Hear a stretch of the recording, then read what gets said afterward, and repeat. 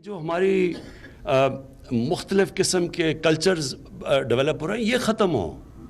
ابھی عورت مارچ ہوئی, اس کے اوپر آپ نے خود ہی دیکھ لیا کہ ایک مختلف کلچر نظر آ گئے ہیں کہ ملک میں.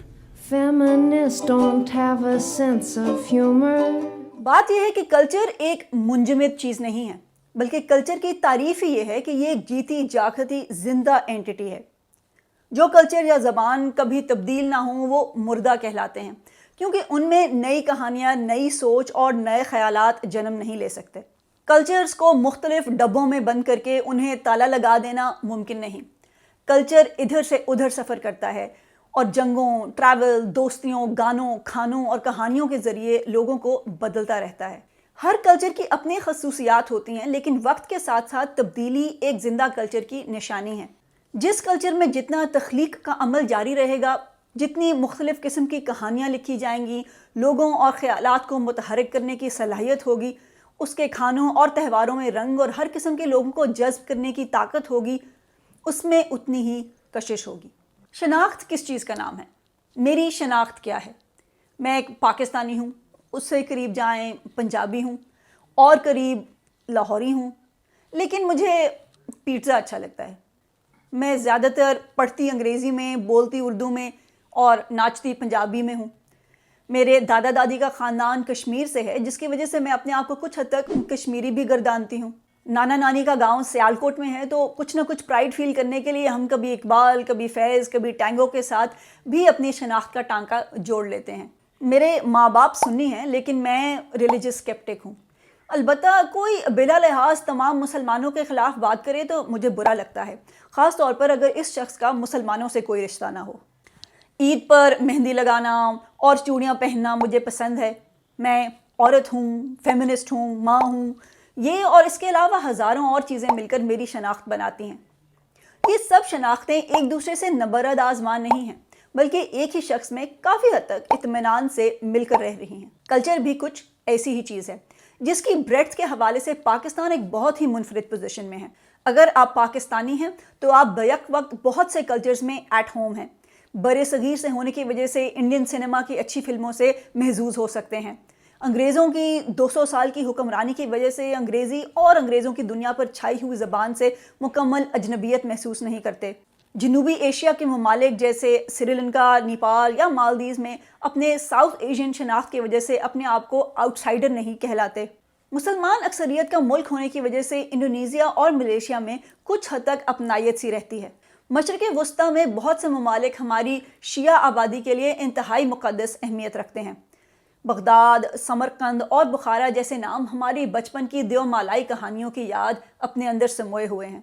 اس کے علاوہ مکہ اور مدینہ سے جڑے دلی جذبات کے بارے میں پاکستانیوں کو کچھ بھی بتانا حماقت ہوگی, کیونکہ ایسا کم ہی کوئی مسلمان پاکستانی ہوگا جس نے آنکھ کھولتے ہی اس سرزمین کو جانے کی خواہش میں اپنے بزرگوں کو آپ دیدہ ہوتے نہ دیکھا ہو. چین سے تاریخی دوستی کی بنا پر اور اب سیپیک منصوبے کی وجہ سے کچھ حد تک اس تہذیب سے بھی آشنائی ہے. یہ تمام آئیڈینٹیز دنیا کا بہت بڑا حصہ کور کرتی ہیں. ہم خوش قسمت ہیں کہ ہمارا رشتہ دنیا کے اتنے زیادہ لوگوں اور کلچر سے ہے, لیکن ان میں سے کوئی بھی تہذیب خالصتاً ہماری نہیں. ان سب شناختوں کا نچوڑ لے کر جب تک ہم ایک خاص پاکستانی مکس کے ساتھ کمفرٹیبل نہیں ہوں گے, تب تک ہم صرف احساس کمتری کا شکار رہیں گے. ہمارے ملک کی سب سے بڑی زبان اردو اسی چیز کی علامت ہے. یہ انہی تمام کلچرز کا مکس ہے جس کا مکس ہم خود بھی ہیں. یہ 12ویں صدی میں دلی میں بولی جانے والی زبانوں میں سے نکلی, یعنی کہ بیس اس کی انڈیا ہے, ہمارا اپنا خطہ. پھر فارسی, عربی اور ترکی کے اس پر گہرے اثرات ہیں. اس میں انگریزی کے الفاظ بھی آسانی سے شامل ہو جاتے ہیں, خصوصاً وہ جن کا تعلق کسی نئی دریافت سے ہو, جیسے ٹیلی فون یا ٹیلی ویژن یا نیا خیال جیسے فیمنزم. جب وزیر اعظم صاحب پاکستانی کلچر کے نام پر صرف ترکی کتابیں اور فلمیں تجویز کرتے ہیں, تو وہ اس بات کو بڑھاوا دیتے ہیں کہ پاکستانیت نام کی کوئی شے ایگزسٹ ہی نہیں کرتی. وزیر اعظم صاحب نے آج تک کسی پاکستانی شخصیت یا آرٹسٹ کو کبھی ریکمینڈ نہیں کیا. ہم دنیا کی پرانی ترین تہذیبوں موہنجو داڑو اور ہڑپا کی سرزمین ہیں.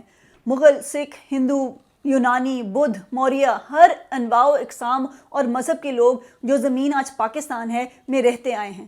اس کی خوبصورتی میں صرف شمالی علاقہ جات کی فزیکل خوبصورتی ہی نہیں, بلکہ سونی مہیوال، شہ مرید ہانی اور ہیر رانجھا کی لازوال محبت کی کہانیاں، شاہ ولی اللہ، بلے شاہ، وارث شاہ، بابا فرید، بدھا، داتا صاحب اور پھر ماڈرن ڈے پاکستان کے ادیب، شاعر، آرٹسٹ، سنگر اور ہر قسم کے تخلیقی لوگ اس پاکستانیت میں شامل ہیں۔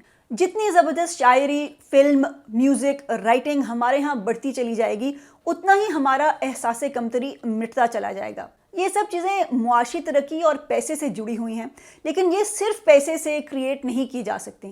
اگر ایسا ہوتا تو سعودی عرب جو لاکھوں ڈالر ہالی ووڈ اور امریکہ کے تھنک ٹینکس کو دیتا ہے، خود بہترین فلمیں اور ریسرچ پروڈیوس کر پاتا، مگر ایسا نہیں ہے۔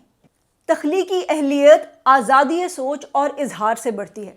جب ملکوں میں کتابوں، خیالات، تہواروں یا خوشیوں کو قدغن لگا دی جائے تو لوگ سیلیبریٹ کرنا بند نہیں کر دیتے، وہ دوسروں کے تہواروں کو سیلیبریٹ کر کے اپنے ثقافتی بانجھ پن کو دور کرنے کی کوشش کرتے ہیں۔ آپ دوسروں سے جو اچھا لینا چاہتے ہیں شوق سے لیجئے، لیکن اگر اپنا خاص رنگ نہ ہو تو انسان کبھی 2 نمبر انگریز اور کبھی 2 نمبر ترک یا عربی بننے کے چکر میں مسلسل احساس کمتری کا شکار رہتا ہے۔ اگر اپنا علاقہ اور اپنا ملک ہوتے ہوئے ہم یوں ہی بیہیو کریں جیسے ہماری شناخت ایک بین الاقوامی اسلام یا پھر ایک بین الاقوامی انگریزی زبان سے ہی ہو سکتی ہے، تو پھر ہم ہمیشہ انفیریورٹی کمپلیکس کا ہی شکار رہیں گے۔ ہمیں ان بائنریز سے نکل کر اس پاکستانیت کو سیلیبریٹ کرنا ہے جو ان سب دنیاؤں کے امتزاج سے ہماری رائٹفل میراث ہے۔